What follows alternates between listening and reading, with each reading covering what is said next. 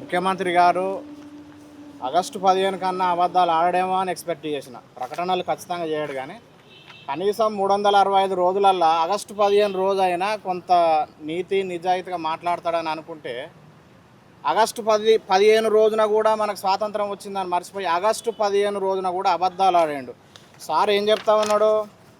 Sir 70,000 ఉద్యోగాలు ఇచ్చినాం, భారతదేశం మొత్తం వల్ల మేము ఇచ్చినట్టు ఎవరు ఇవ్వలేదు అని చెప్తా ఉన్నాడు.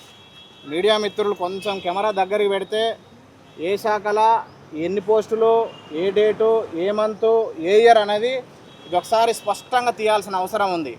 ఎవరికైనా నీతి నిజాయితీ చిత్తశుద్ధి తెలంగాణ రాష్ట్రంలో కానీ తెలంగాణ అసెంబ్లీలో కాంగ్రెస్ పార్టీ ఎవరికైనా ఉంటే నేను చర్చకు సిద్ధంగా ఉన్నాను. రీసెంట్గా అసెంబ్లీకి పోయి మెంబర్ ఆఫ్ లెజిస్లేటివ్ కౌన్సిల్లో కూడా మాట్లాడడం జరిగింది.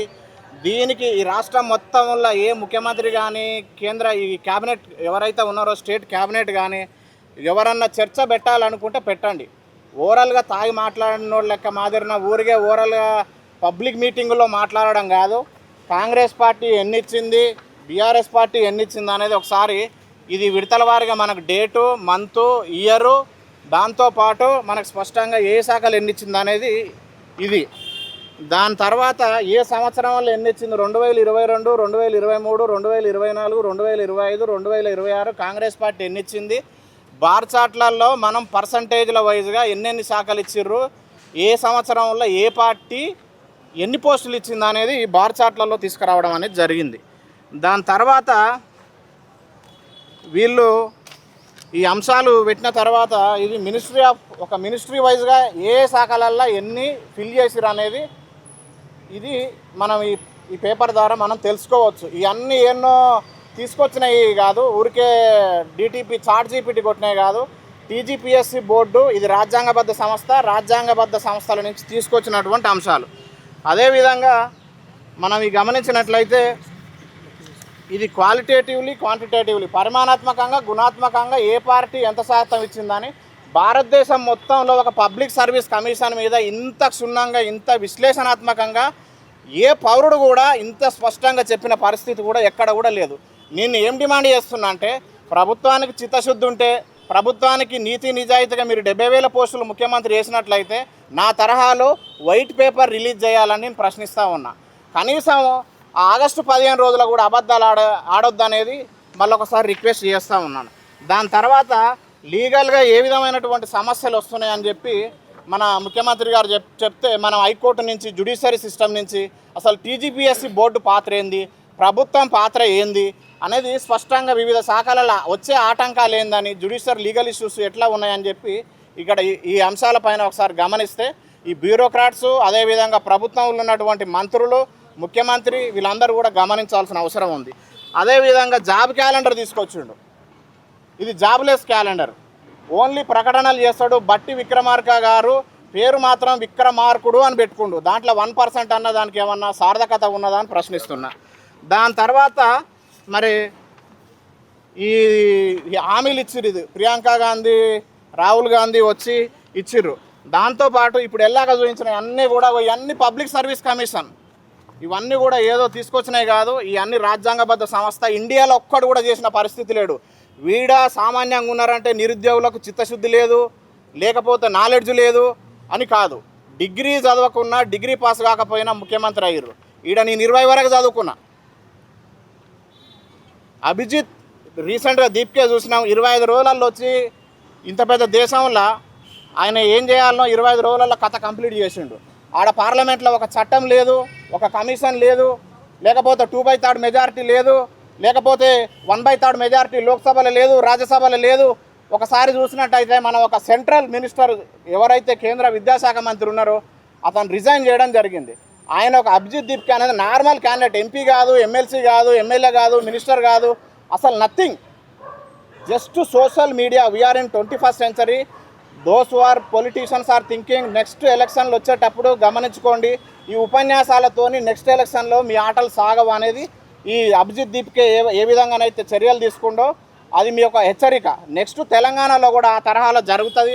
భవిష్యత్తులో రేపు వచ్చే గ్రాడ్యుయేషన్ ఎమ్మెల్సీ, అదేవిధంగా జిహెచ్ఎంసీ, అదేవిధంగా లోకల్ బాడీ ఎలక్షన్లలో ఎక్కడైతే ఈ లోకల్ బాడీ ఎంపీటీసీ ఇవన్నీ కూడా ఉన్నాయి, జిహెచ్ఎంసీ ఎలక్షన్లు ఉన్నాయి, ఎస్పెషల్లీ ఈ గ్రాడ్యుయేట్ ఎలక్షన్స్ ఉన్నాయి. సో దానికి తగిన బుద్ధి చెప్తాం అనేది ప్రధాన ఉద్దేశం. ఇవన్నీ కూడా నేను చూపించినట్టు మీదే ప్రభుత్వం కదా, బ్యూరోక్రాట్స్ మీ వాళ్ళే ఎవరు కదా, టీజీపీఎస్సీ బోర్డులో మీ వాళ్ళే ఉన్నారు కదా, రేపు తీసుకొచ్చి చర్చ పెట్టండి, నా మాదిరిన చూపించండి. గతం నుంచి కూడా చూపిస్తున్నా, మనం ఏదైనా మాట్లాడుతున్నప్పుడు ఆధారం ఉండాలి, ఇంకొని మీద ఆరోపణ చేస్తున్నప్పుడు దమ్ము ఉండాలి. దమ్ము లేకపోతే చెదరు కప్పుకొని ఇట్లా వండుకోవాలి. ఉపన్యాసాలు ఇస్తే nobody is going to tell what you wanted to tell that. Everybody has idea, everybody has reservoir of knowledge. They are not people like here as you told that. మీకు ఎవరో వాట్సాప్లో కింద ఉన్నోడు రాసిస్తారు రేపు మీటింగ్ ఉందంటే ఆడ ఉపన్యాసాలు ఇచ్చేటోడు ఇవ్వలేడు. సో ఇంత క్లియర్గా చెప్పినాం.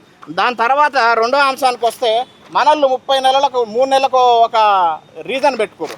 ఫస్ట్ ప్రభుత్వం వచ్చినాక ఏంది మరి ఉద్యోగాలు వేసే పరిస్థితి లేదంటే ఫస్ట్ 3 నెలలు వచ్చింది ఏంది, కొత్త ప్రభుత్వం అధికారంతో సమన్వయం కావాలని చెప్పి 3 నెలలు ఒక కారణంతో చెప్పిండు. మరి రెండోసారి ఏం సార్ అని మరి నోటిఫికేషన్ ఇప్పటికి కూడా వేయలేదా అంటే ఎస్సీ రిజర్వేషన్ రావాలి, ఎస్సీ రిజర్వేషన్ అయిపోయినాక నోటిఫికేషన్లు అన్నాడు. దాని తర్వాత బీసీ రిజర్వేషన్ తీసుకొచ్చి బీసీ రిజర్వేషన్ ఉంది, బీసీ రిజర్వేషన్ అయిపోగానే నోటిఫికేషన్లు అన్నాడు. మరి ఆ బీసీ రిజర్వేషన్లు అయిపోయినాక సార్ మేము ఒక 2-3 ఏళ్ళ నుంచి హాస్టళ్లలో ఫీజులు కట్టలేక భరించలేకపోతున్నాం అని చెప్పి తిరిగితే అరే స్థానిక ఎలక్షన్లు ఉన్నాయి, స్థానిక ఎలక్షన్లు పోగానే నోటిఫికేషన్ అన్నాడు. దాని తర్వాత మళ్ళీ స్థానిక ఎలక్షన్లు అయిపోయినాక మరి ఏంది పరిస్థితి అంటే సిలబస్ కమిటీ చేసినాం, సిలబస్ కమిటీ మార్చాలా అని చెప్పి అలా ఒక 3 నెలలు సమర్పయామి అనిపించారు. దాని తర్వాత శాంతికుమారి కమిటీ నివేదిక అని చెప్పి శాంతికుమారి ఫార్మర్ సిఎస్గా పనిచేసిన మేడం అధ్యక్షతన తీసుకొచ్చారు.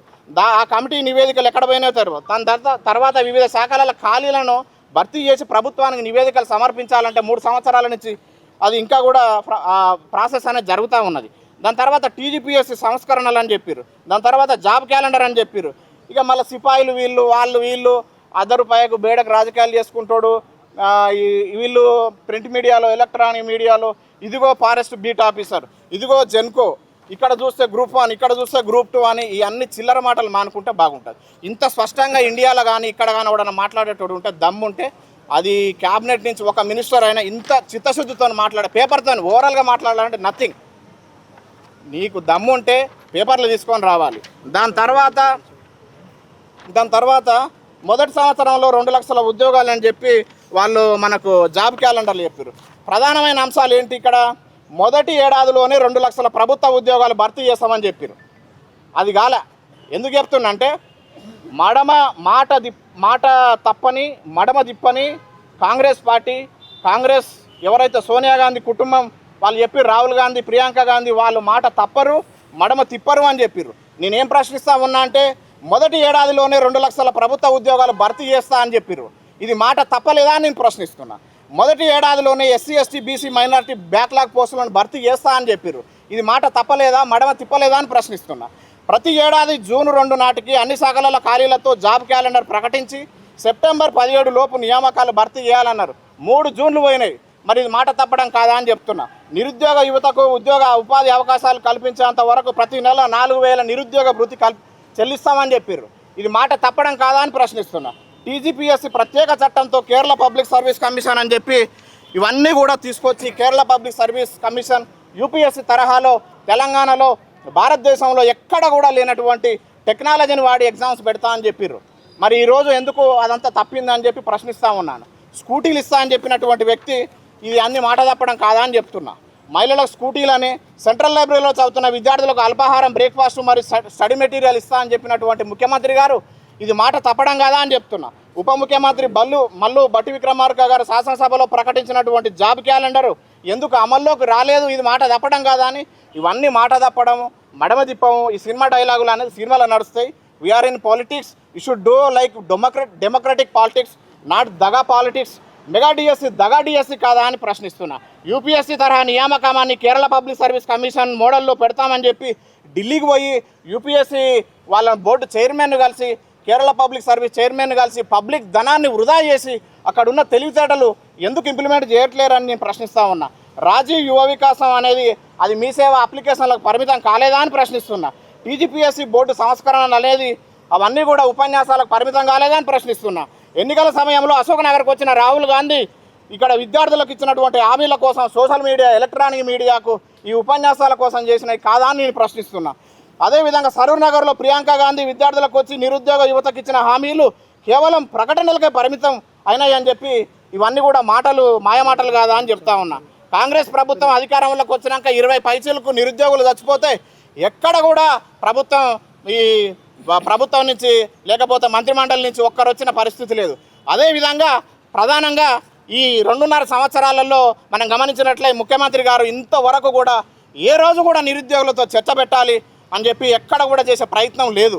కనీసం మరి కష్టాలేంటి, నిరుద్యోగుల కష్టాలేంటి, కన్నీళ్ళేంటి, మీ సమస్యలేంటి, ప్రభుత్వం ఎంతవరకు చేయగలదు, మన ఆర్థిక బడ్జెట్, మన జిఎస్డిపి ఎట్లా ఉన్నది, మన పర్ క్యాపిటల్ ఇన్కమ్ ఎట్లా ఉన్నది, విద్యాశాఖ క్యాపిటల్ ఎక్స్పెండిచర్ ఎట్లా ఉన్నది, రెవెన్యూ ఎక్స్పెండిచర్ ఎట్లా ఉన్నది, ఫిజికల్ డెఫిసిట్ ఎట్లా ఉన్నది అని చెప్పి మీరు అందరూ కూడా చెప్పాల్సిన అవసరం ఉన్నది.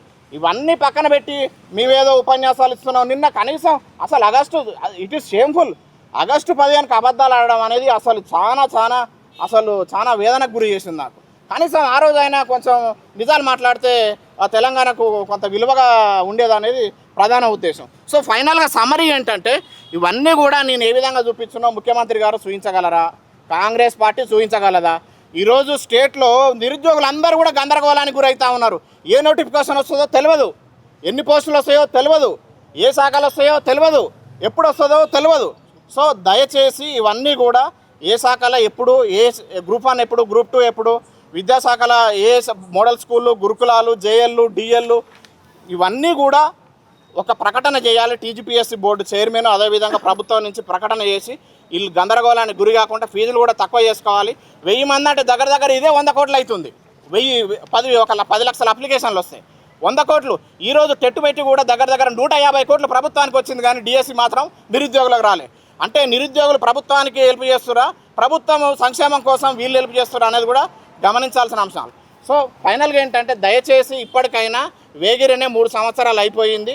చేయకపోతే మాత్రం భవిష్యత్తులో రేపు వచ్చే ఎలక్షన్లు ఏ విధంగా ఢిల్లీలో జంతర్ మంతర్లో ఏ 2/3 ఏ 1/3 ఏ లోక్సభ రాజ్యసభ పార్లమెంటు ఏ విధంగా లేకుండా ఏ విధంగా రాజీనామా చేసినామో ఈ ప్రభుత్వానికి తగిన బుద్ధి చెప్పి ఏ ఒక్కరి దగ్గర కూడా మీకు ఎమ్మెల్సీలో కానీ ఎక్కడ కానీ డిపాజిట్లు వచ్చే పరిస్థితి ఉన్నదని హెచ్చరిక చేస్తూ వాళ్ళందరూ కూడా క్రమ పద్ధతిలో నోటిఫికేషన్లు వేయాలనేది విజ్ఞప్తి చేస్తున్నాం.